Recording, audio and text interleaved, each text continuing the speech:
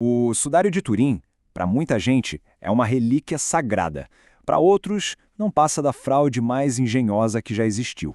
Mas hoje a gente vai olhar para esse pedaço de linho antigo de um jeito completamente diferente. Pense nele como a cena de um crime. Isso mesmo. Um caso arquivado que, quanto mais a ciência investiga, mais fundo e mais inexplicável ele fica. Para tentar desvendar esse caso, a gente vai analisar 6 peças-chave de evidência. Cada uma delas é como se fosse um capítulo no nosso arquivo forense. Um quebra-cabeça que desafia a lógica, a física e a própria história como a gente conhece. Então vamos começar pelo começo, pela evidência mais óbvia e ao mesmo tempo a mais bizarra de todas, a própria imagem. O que ela é, afinal? Em 1898, o fotógrafo Secondo Pia levou um susto. Quando ele foi revelar a chapa de vidro do negativo da foto que tirou do sudário, ele não viu o que esperava. O que surgiu na chapa escura foi um retrato perfeitamente positivo, com uma clareza, um nível de detalhe que ninguém jamais tinha visto a olho nu. Era como se o tecido, o próprio tecido, fosse um negativo fotográfico, um século antes da invenção da fotografia. As descobertas do projeto de pesquisa do sudário de Turim, conhecido como STURP, são impressionantes. A equipe concluiu: isso não é pintura, não é queimadura, a coloração tem uma profundidade de apenas 0,2 micrômetros, isso é mais fino que uma bactéria, afeta só a camadinha mais superficial das fibras do linho, e o mais inacreditável de tudo, a imagem contém dados tridimensionais. Um analisador de imagem da NASA, o mesmo tipo de equipamento usado para mapear planetas, conseguiu extrair um relevo 3D perfeito do corpo a partir do tecido.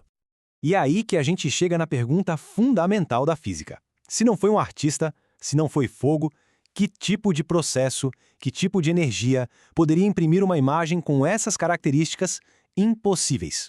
A ciência calculou a resposta. Para criar uma coloração tão superficial sem queimar o tecido, seria necessária uma explosão de radiação ultravioleta de vácuo. E a potência para isso? 34 trilhões de watts. Vamos só processar esse número por um instante.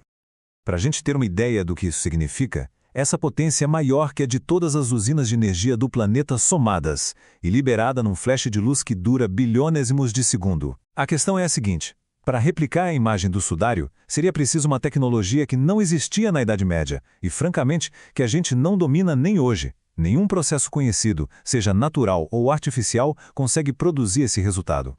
Agora, vamos sair da física e entrar na medicina forense.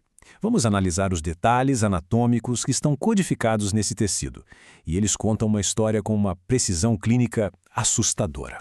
Observem com atenção este detalhe. A arte, por séculos, nos mostrou os pregos nas palmas das mãos, certo? Mas o sudário conta uma história diferente. A marca do prego não está na palma, está aqui, no pulso. E isso não é um detalhe artístico, é uma questão de física e anatomia. A física é implacável. A palma da mão não conseguiria sustentar o peso de um homem na cruz. A pele rasgaria. Mas o pulso, nesse ponto específico chamado espaço de Destolt, travado pelos ossos do carpo, ele suporta até 90 quilos de força. E esse é um conhecimento que só foi comprovado por cirurgiões do século XX com experimentos em cadáveres. E tem mais. Ao atravessar esse ponto, o espaço de Destolt, o prego atinge em cheio o nervo mediano. Isso causa uma contração violenta, involuntária, que força o polegar a se dobrar para dentro da palma da mão. Agora, olhem de novo para a imagem. Os polegares não aparecem. Só dá para ver 4 dedos em cada mão. Isso não é uma escolha artística. Isso é anatomia forense pura. E aí vem a provocação. Como é que um suposto falsário do século XIV saberia disso? Saberia que o impacto no nervo mediano faria o polegar se esconder? Ele simplesmente não tinha como saber. A arte da época dele o teria levado a pintar 5 dedos. Mas a imagem registra um fato anatômico preciso, séculos à frente da medicina da sua própria época. A análise química nos leva para a terceira parte da nossa investigação. Porque as manchas no tecido não são tinta. Elas são um laudo toxicológico e hematológico que revela a história de um trauma extremo. A análise é conclusiva. É sangue humano, de verdade. Tipo AB, um tipo raro na Europa, mas comum no Oriente Médio. E mais importante, o sangue contém níveis altíssimos de bilirrubina. Bilirrubina é um marcador químico que o corpo produz em resposta a um trauma extremo, a uma tortura. Essa substância é que explica por que o sangue ainda tem uma cor avermelhada, em vez de preta, depois de tantos séculos. A ciência consegue até distinguir o sangue que fluiu em vida daquele que saiu depois da morte, como na ferida do lado do corpo que mostra uma separação clara entre soro e glóbulos vermelhos. Agora, vamos ampliar o foco da nossa investigação. Vamos pegar o microscópio. O que ele nos revela sobre a origem desse tecido? A resposta está em vestígios minúsculos que funcionam como uma impressão digital geográfica. O tecido basicamente tem um passaporte geoquímico. Foram encontrados 58 tipos de pólen, sendo que 13 deles são exclusivos da região de Jerusalém. A poeira encontrada nos pés e joelhos é de um calcário chamado aragonita travertina, idêntica à das tumbas de Jerusalém. E talvez o mais impressionante, sobre os olhos, a imagem de uma moeda, um lepton de Pôncio Pilatos, uma moeda cunhada entre os anos 29 e 32 d.C., e foi identificada por um erro de grafia específico, que depois a arqueologia confirmou que existia. Todas as evidências apontam para um único tempo e um único lugar, a Judéia do primeiro século. Certo. Mas e o grande problema? E o teste de carbono 14 de 1988, que datou o tecido como sendo da Idade Média? Fim de papo, certo? Bom, não tão rápido. O resultado do teste de 88 entra em contradição direta com outras datações, como a feita em 2013, que aponta justamente para a época de Cristo, e também contradiz registros históricos que documentam a existência desse tecido séculos antes da data que o carbono 14 indicou. Como isso é possível? A resposta parece estar numa série de falhas científicas bem graves. Eles tiraram uma única amostra e do pior lugar possível, do canto do tecido, a parte mais manuseada e contaminada ao longo dos séculos. Anos depois, um químico da equipe original, Ray Rogers, provou que aquela amostra específica era na verdade de um remendo medieval. Tinha até algodão entrelaçado, algo que não existe no resto do tecido. Ou seja, eles dataram o remendo e não o sudário original.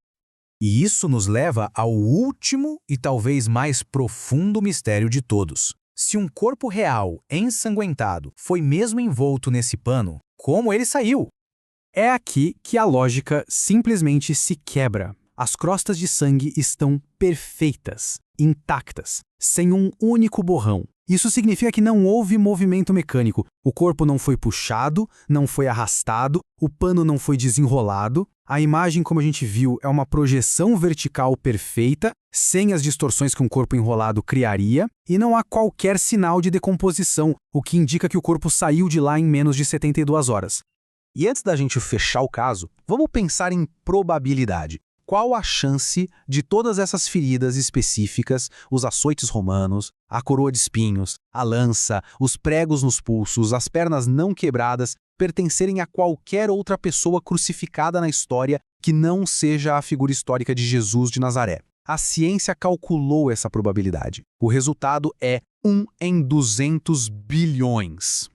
Esse paradoxo científico da saída do corpo sem tocar no pano ecoa de uma forma impressionante a descrição de uma testemunha ocular no Evangelho de João. Ele descreve os lençóis no túmulo vazio como caídos, colapsados, não revirados por ladrões, mas ali, ordenados e vazios, como se o corpo tivesse simplesmente desaparecido de dentro deles.